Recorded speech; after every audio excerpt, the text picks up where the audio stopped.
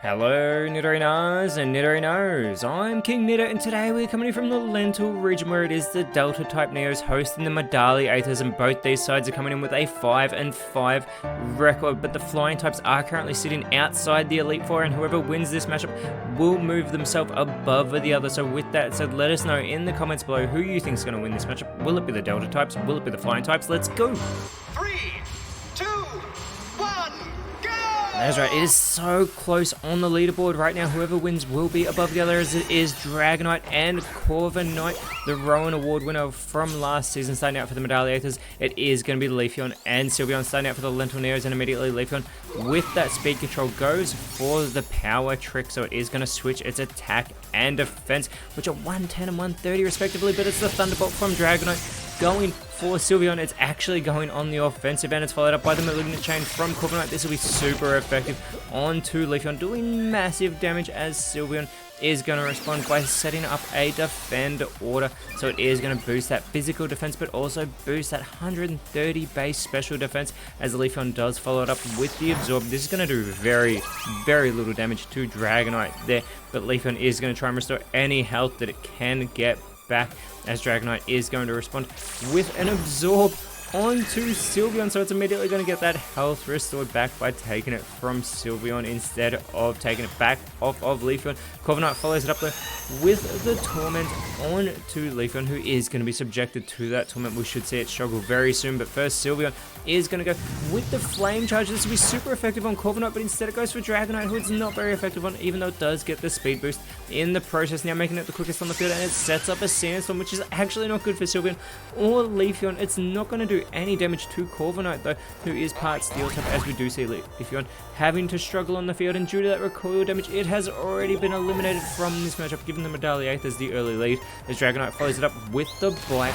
Not very effective though onto Sylveon, and Corviknight is going to go with the Giga Drain. They keep sacking that health from Sylveon here, as we do see Sylveon beginning to feel the effects of the Sandstorm that it itself set up on the field, but it does also do damage to Dragonite, as out comes Espeon for the Neos, and immediately it is going to go for the Magnetic Flux, but unfortunately that is going to fail, so Sylveon's going to need to do its part, and it goes with the Lunar Dance. That is not the part that I meant it needed to do, as it's going to take itself out of this matchup, helping the Medali Aethers even more extend that lead. We get the Fury Attack from Dragonite, gets a good connection on that first one. If it gets all 5, this will do massive damage, but it only does 2 to Espeon, gratefully for the Neos. It's followed up by the Echo, the voice doing very little damage as well onto Espeon, but that Sandstorm will do a bit of chip damage to Espeon, as well as continuing to do damage to Dragonite.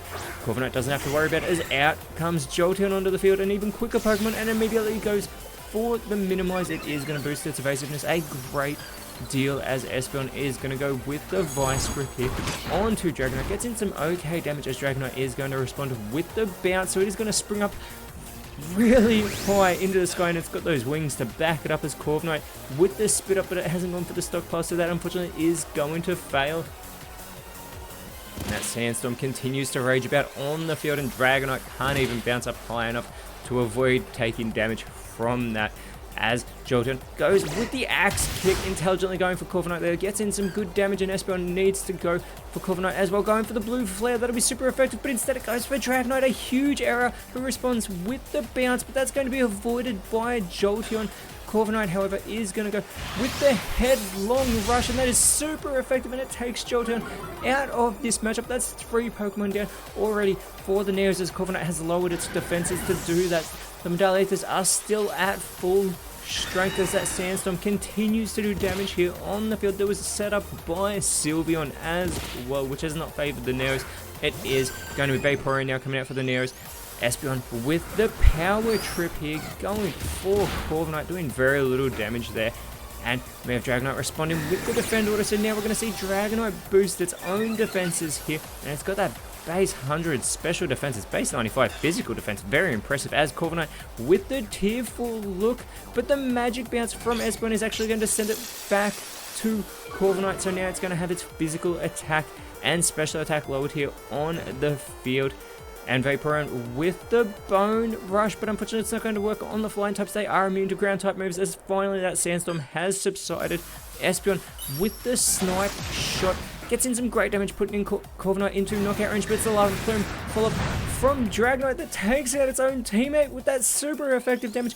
Dragonite continuing to eliminate its own team this season. Vaporeon looking to follow up, sets up a rain dance. Vaporeon's going to love being in the rain, and we'll see if the Neos will capitalize, but maybe going for a Thunder, as it is going to be Gyarados with that Intimidate ability coming out for the Medali Aethers. It is going to lower the physical attack of the two Neos on the field, as we now get the Torment from Espeon onto Gyarados, being subjected to that Torment. We saw this earlier on, as well as Gyarados is going to respond with the Calm Mind, trying to relax itself before it starts lashing about and struggling about, no doubt, as it is going to boost those special stats, both special attack and special defense. Dragonite follows it up with the Future Sight, setting up onto Espeon. We know it will resist, but that is a very powerful move to be foreseen, as Vaporeon now with the Power Swap focusing in onto Dragonite.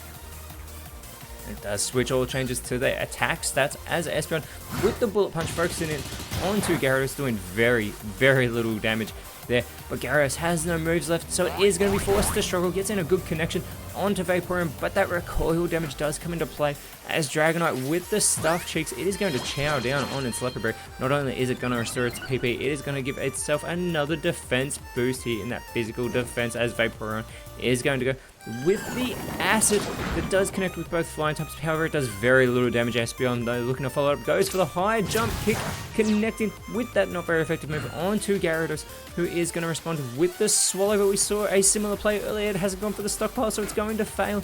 Dragonite looking to do its part, goes with the Malignant Change.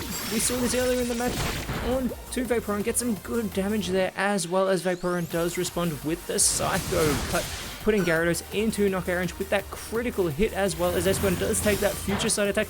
And even though it's not very effective, it's effective enough to get the elimination. There's only two members of the Neos left. It is going to be Glaceon coming out to join Vaporeon, as Gyarados continues to struggle on the field, going for Glaceon there, but there is that recoil damage that is going to take Gyarados out of this matchup, and Dragonite has actually been in this matchup since the very beginning, as it goes with the Guard Swap, focusing in on Glaceon here, and it switches all the defense changes that it's helped itself get, and Vaporeon follows up with the Taunt on to Dragonite, telling it to just bring it, and it's followed up now by Glaceon going with the Acid, putting Dragonite into knockout range, as that rain over the field does finally subside, and it is going to be Roaring Moon now coming out for the Medali Aethers. This Terrestrial drafting, this horrifying Terrestrial form that I cannot stress enough. You should be tearful of this flying type behemoth that can pack a massive punch, and it has that speed control, so it goes for the Flower Trick.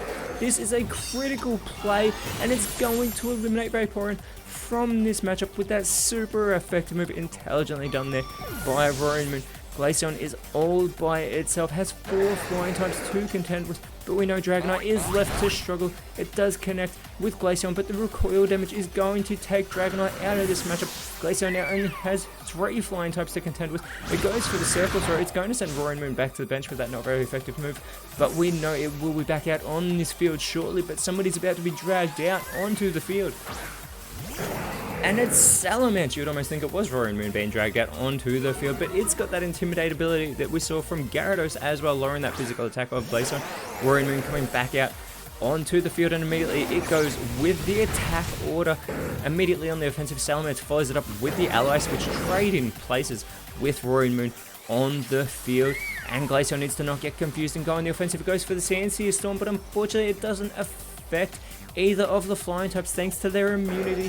Roaring Moon can capitalize. It goes for the Air Cutter, capitalizing on its new flying typing onto Glaceon. Does very little damage, however, but Roaring Moon does look to follow it up, going with the Scary Face, and I'd be very scared if I was Glaceon facing down these two, unless it thinks intelligently and goes for an Ice type move. But it does. It goes with the Aurora Beam. Super effective, great hit there onto Roaring Moon, who responds with the Quiver Dance. It is going to boost its special attack as well as its special defense, and it's already got that speed control, as Salamence is going to go for the mean look now onto Glaceon. They are truly trying to intimidate this Ice type evolution, who does respond with the Flash Cannon onto Roaring Moon, puts it into knockout range, but Roaring Moon's able to hold on, and it responds with the Power Trip onto Glaceon, putting it into knockout range. Easy target for Salamence to go for the Rock Wrecker, and this eliminates Glaceon from this matchup. The Medallia Aethers have taken the victory here over the Lentil Neos, which assures them they are going to move back up into a Leaders 8 position with a massive victory here, putting them in 7th place. Next round they will have a bye, but after that they will have the Montana Vera Sylphs that they will be going up against, whereas the Neros have actually dropped out of the Leaders 8 into 13th place, and next round they are going up against the Hammerlock Draconids. But until then, Nidorinas and Nidorinos, thank you so much for watching. Let us know in the comments below who you thought was the best on field, and if you enjoyed what you saw, please leave a like, share, subscribe, but more importantly, always remember, you are awesome, and I'll see you when you see me.